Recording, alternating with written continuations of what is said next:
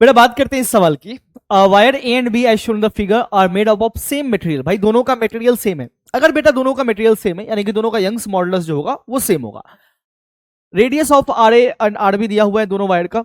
A block of mass m kg is tied between them if force F is equals to mg/3। भाई force की value यहां पर दी गई है बेटा mg/3 के बराबर। One of the wire will break then. इन सारे ऑप्शंस को अपने को वेरीफाई करना है। सबसे पहले अपन कॉन्सेप्ट समझते हैं बेटा कि कोई चीज टूटती कब है। बेटा कोई भी चीज टूटती तब है जब आपका स्ट्रेस उस वायर के ब्रेकिंग स्ट्रेस से ज्यादा हो जाए। यानी कि इस वायर में जो भी स्ट्रेस डेवलप हो रहा है वो अगर ब्रेकिंग स्ट्रेस को एक्सीड कर जाएगा दैट विल ब्रेक। हर चीज का, हर मटेरियल का, दुनिया में जितने भी मटेरियल हैं सभी मटेरियल का अपना एक ब्रेकिंग स्ट्रेस होता है, अपना एक होता है। वो ब्रेकिंग स्ट्रेस आपको एक्सीड नहीं करना। अगर आप वो एक्सीड कर दोगे तो ब्रेक कर जाएगा। उस ब्रेकिंग स्ट्रेस को अगर मैं सिग्मा रखूं और ब्रेकिंग स्ट्रेस की वैल्यू हमेशा बड़ी होनी चाहिए या बराबर होनी चाहिए हमारे स्ट्रेस के। और स्ट्रेस क्या होता है बेटा? Force by area.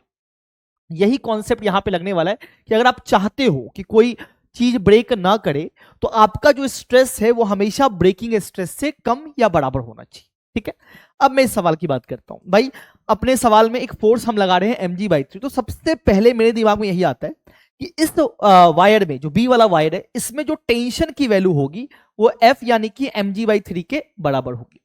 वही चीज अगर मैं यहां पे बात करूं तो यहां पर जो टेंशन की वैल्यू होगी वो होगी mg प्लस mg/3 यानी कि mg plus mg/3 which is 4 mg/3। यहां पर जो बेटा टेंशन की वैल्यू होगी इसको टी डैश बोल देता हूं, ये होगा 4 mg/3। तो पहले वायर में अगर मैं आपको बोलूं कि पहले वायर में कितना स्ट्रेस डेवलप हो रहा है तो स्ट्रेस की अगर मैं बात करूं पहले वायर में तो आप बोलोगे sir stress will be 4 mg/3। देखते रहना, 4 mg/3 स्ट्रेस इन वायर ए की बात कर रहे हैं अपॉन एरिया। और एरिया ए का अगर अपन लेते हैं तो हम बोलेंगे पाई आर ए स्क्वायर। ठीक है, ये बोलेंगे। सिमिलरली अगर मैं आपसे पूछूं कि भाई स्ट्रेस वायर बी में कितना होगा तो फोर्स वहां पे लग रहा है बेटा mg/3 और एरिया हो जाएगा पाई आर बी का स्क्वायर, ये हो जाएगा। ठीक है, अब मुझे कंपैरिजन करना है। ठीक है ना, पहला है A will break if R A is less than 2 R B. अब सब देखते हैं और फील करते हैं कि क्या क्या पॉसिबिलिटीज हो सकती है। सबसे पहले R A less than 4 R B, तो अपन ऑप्शंस वेरीफाई करेंगे और देखेंगे कौन कौन सा ऑप्शन यहां पे सही हो सकता है। तो आर ए लेस देन कितना दिया हुआ? R A less than 2 R B, 2 R B ऐसा इसने बोला है कि आर ए की वैल्यू 2 आर बी से छोटी है। तो इमेजिन करो अगर मैं आपको यहां पे थोड़ा सॉल्व करके देखते हैं अपन स्ट्रेस की वैल्यू। अपन बेसिकली क्या कर रहे हैं ना, मैच करने की कोशिश कर रहे हैं और कुछ भी नहीं है। तो आर ए 2 आर बी से बेटा छोटा है यानी कि इसका मतलब ये हो गया कि आर ए की वैल्यू अपन कुछ सोच नहीं सकते। मान लो बराबर हो जाए, जस्ट इमेजिन करो कि आर ए 2 आर बी के बराबर हो गया, जस्ट मान लो, बस ऐसे ही मान लो। ठीक है, सॉल्व करने के लिए बेटा अगर यहां पे आर ए 2 आर बी के बराबर हो गया, इमेजिन करो, तो ये आ जाएगा 4 आर बी का स्क्वायर।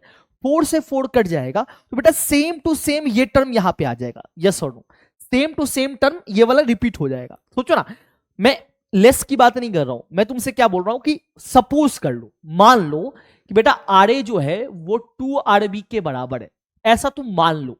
मैं बोल रहा हूं मान लो, अगर तुमने यहां आर ए की जगह 2 आर बी डाला तो स्ट्रेस क्या हो जाएगा? तो बेटा stress in A will be, if की बात कर रहा हूं, इफ, तो stress in A will be 4 mg upon 3 pi 4 RB का स्क्वायर। 4 से 4 कट गया, सेम टू सेम आ गया ना, सेम टू सेम आ गया। अब बात ये है कि सर आर ए जो है वो 2 आरबी के बराबर नहीं है, उससे छोटा है। तो अगर ये डिनोमिनेटर जितना छोटा होता जाएगा, अगर 2 आरबी होता तो बराबर आ जाता, लेकिन 2 आरबी नहीं सर, उससे छोटा आ रहा है। उससे छोटा आने की वजह से ये जो स्ट्रेस की वैल्यू है बड़ी हो जाएगी। और अगर बेटा ये स्ट्रेस की वैल्यू बड़ी हो गई इसके कंपैरिजन में तो ए वाला वायर टूट सकता है बी से पहले। तो ए वाला वायर पहले टूटेगा कंपेयर टू बी। ठीक है, अच्छा आपका ये भी हो सकता है कि सर ए विल ब्रेक, बिल्कुल सही है कि सर आप ऐसा क्यों बोल रहे हो कि ए वाला पहले टूटेगा बी वाला नहीं टूटेगा? आपको तो पता ही नहीं इनका ब्रेकिंग स्ट्रेस क्या है। बेटा दोनों वायर सेम मटेरियल का बना हुआ है। अगर दोनों वायर सेम मटेरियल का बना हुआ है तो अपन ऐसा मान सकते हैं कि जो दोनों का बेस वो होगा, ब्रेकिंग स्ट्रेस होगा वो ऑलमोस्ट सेम ही होगा, ठीक है। तो अपन ऐसा एज्यूम कर सकते हैं, है ना। चलिए, तो ये अपना पहला पार्ट हो गया कि ए ब्रेक कर जाएगा। तो अपने को स्ट्रेस कंपेयर करना है और कुछ भी नहीं करना। A will break before B if R A is equal to R B.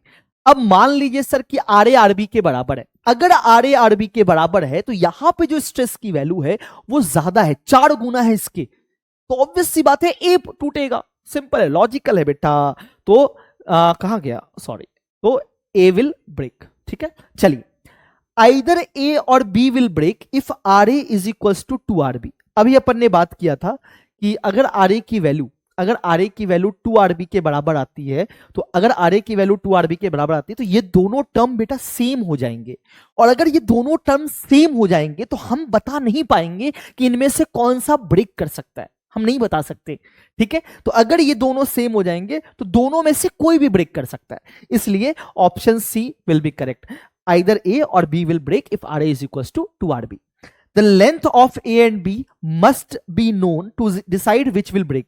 Breaking stress के फॉर्मूले में बेटा कहीं भी लेंथ का कोई जिक्र ही नहीं हुआ है। तो अगर लेंथ का कोई जिक्र नहीं हुआ है तो हमें लेंथ की कोई रिक्वायरमेंट नहीं है ये पता करने के लिए कि कौन सा यहां पे टूटने वाला है, ठीक है। चलिए,